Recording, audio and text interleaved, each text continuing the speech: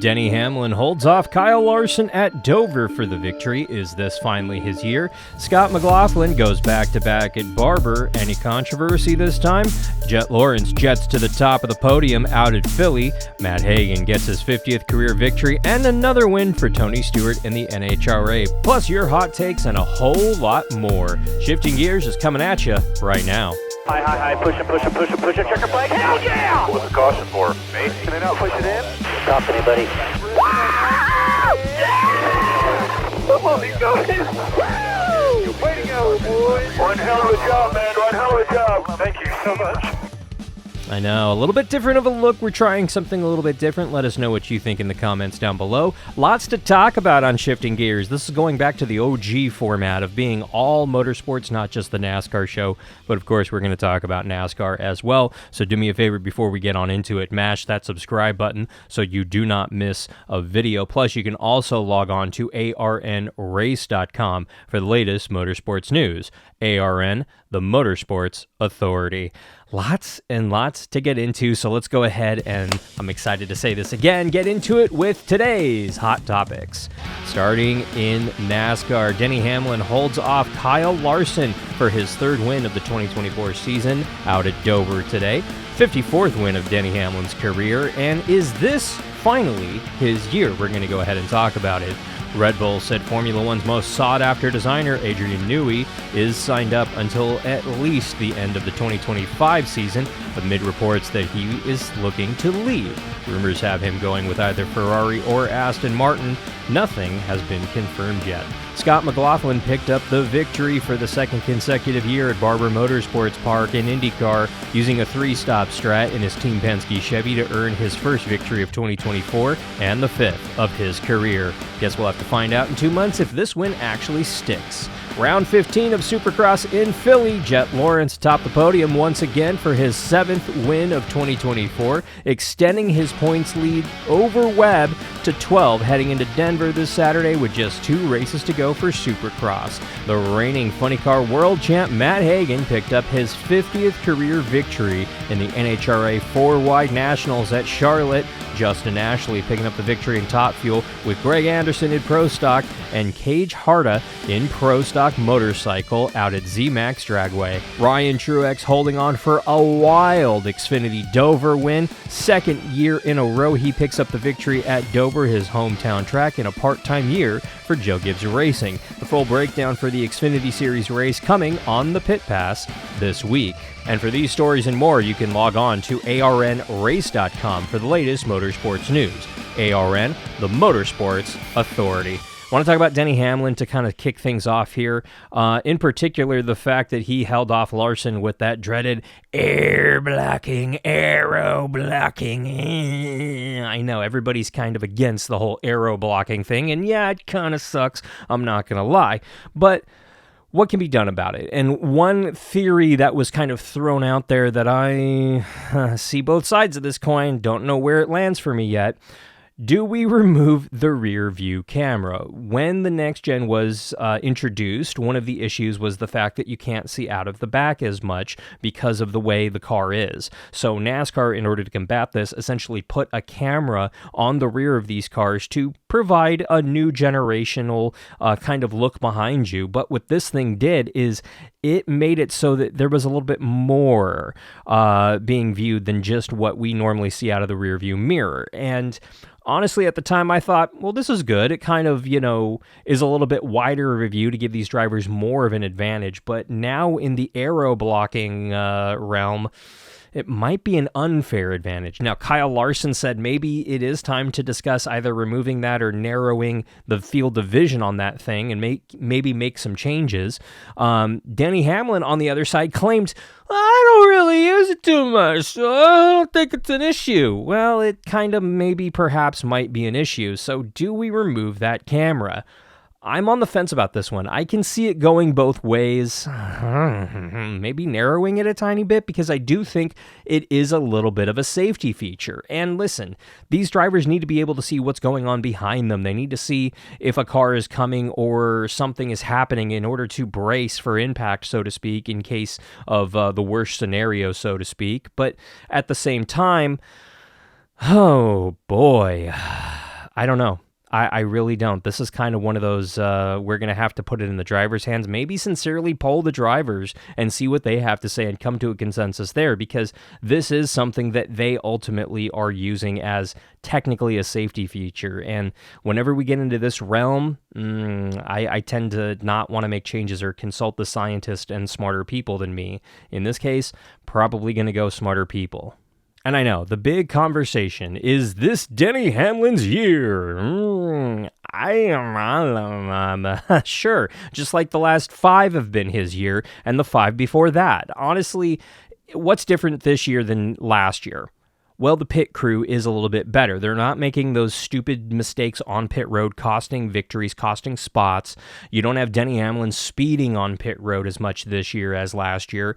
And it seems like they're executing a little bit better. Yeah, because they have multiple victories, now 3. They are kind of taking a little bit more chances. They're swinging for the fence, so to speak. And why not? You have this many wins in the bank. Nothing matters between now and the playoffs starting, honestly.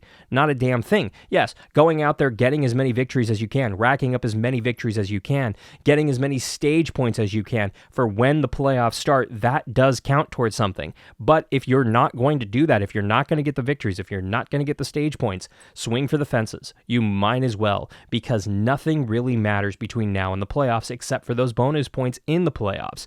And even then, obviously, I would hope Denny Hamlin's more than likely going to get out of the first round of the playoffs. More than likely, because of the points difference already he's built up, he's probably locked himself into the next round, in theory, the round of 12, maybe the round of 8 if he's lucky enough. But really, the thing Denny Hamlin's going to have to work on is, frankly, staying healthy. He's the guy who goes out and plays wiffle ball, plays basketball, plays baseball, he golfs, he doesn't snowboard, thank God, but he does go out and does get physical and does work off some of his stress, and he deserves to do that. I'm not going to argue that he shouldn't be doing that, but his thing needs to be staying healthy, because last year he did not stay healthy. That could be a big determining factor. It probably was a determining factor, because according to Denny, he couldn't lift his arm for the last 5-6 races of 2023 reportedly. So whether or not I believe him on that, I don't really know. But if he is healthier this year, if his pit crew keeps it together, if they can,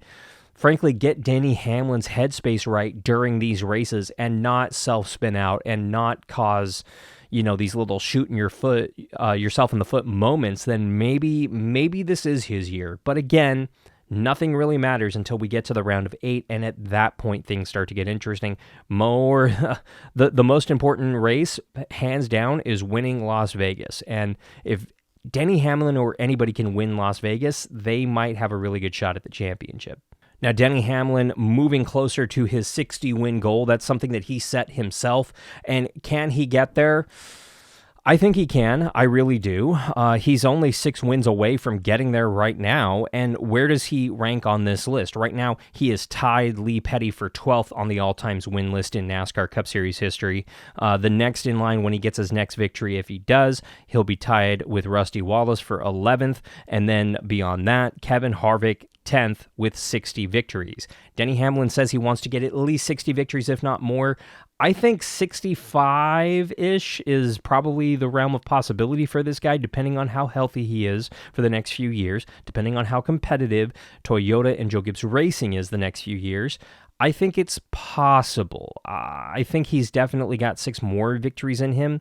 Maybe another 2 or 3 beyond that. I don't think he's going to get more than 65 victories. I think maybe 61, 62 realistically by the end of his career. But again, he could go on a tear and knock out 10 more victories this season for all I know. Highly doubt it, but it is in the realm of possibility. So got to wait to see what happens with him on that one. Now it's time for my favorite part of the program, where we go ahead and open up the comments down below for some hot takes. So go ahead and leave any comment, any hot take you want right now in the comments down below for a shot for them to go ahead and end up here on the program. We will go ahead and start with this one. I find it amusing when people say at least the IndyCar races doesn't have a lot of commercials.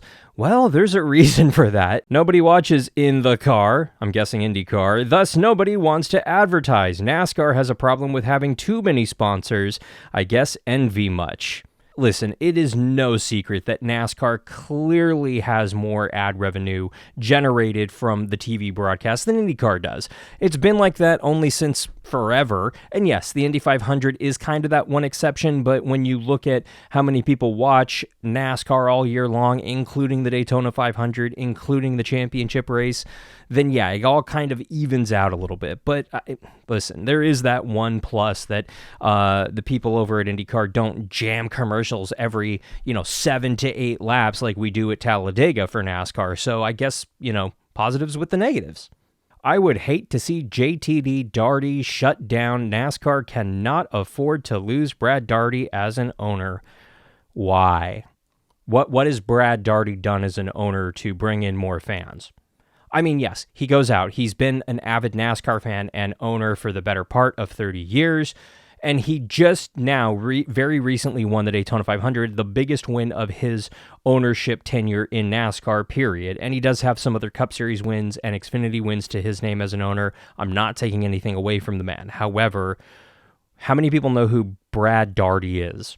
Like, really? You say Michael Jordan, people know who Michael Jordan is. You say Brad Daugherty, everybody kind of goes, who? Like, basketball fans know who he is, but he is slowly but surely losing his name power in the world. Michael Jordan is not. Michael Jordan went from being the basketball guy to now the shoe guy, as this generation knows him by.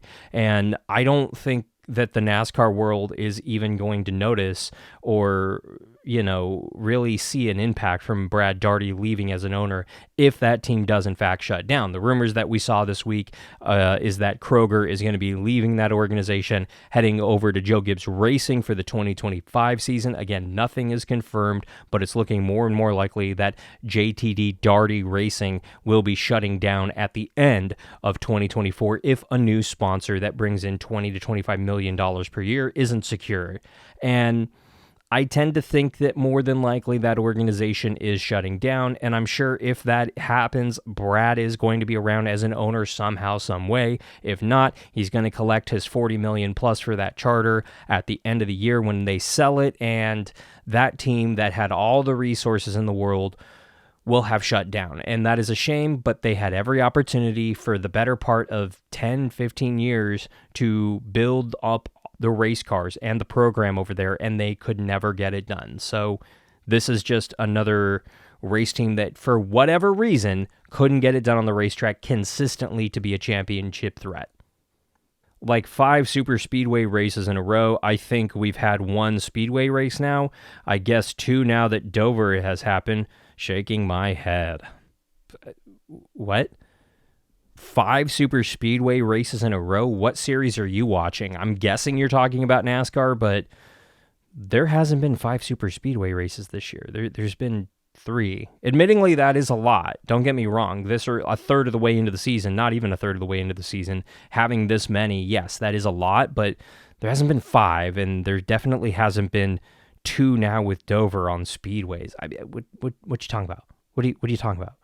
I mean, no, just no. The schedule's kind of all over the place, especially this early on, but I think we can all agree that Dover was awesome today. Sincerely, it really was. And what's even better to me is the fact that you look at Dover, the stands were full. They haven't been full consistently since we went down to 1 race. When that track had 2 races, you couldn't fill half the stands. Now that it's a 1 weekend, once a year event, it's an event. People show up, and everybody talks about how awesome Dover is, and Dover is awesome. I'm about to jump into the NIS race here in a little bit, and I'm very excited about that. Cannot wait. So do me a favor. Mash that subscribe button. Go ahead and log on to arnrace.com for the latest motorsports news. ARN, the Motorsports Authority. And you can also go ahead and check us out at Team Chaos right here on YouTube. And you can also give me a follow on my social media accounts at Hey Alan Bailey in order to watch when we go live. We're having some fun in the NIS series, and we're going to be trying to stream a little bit more when I'm not at the racetrack.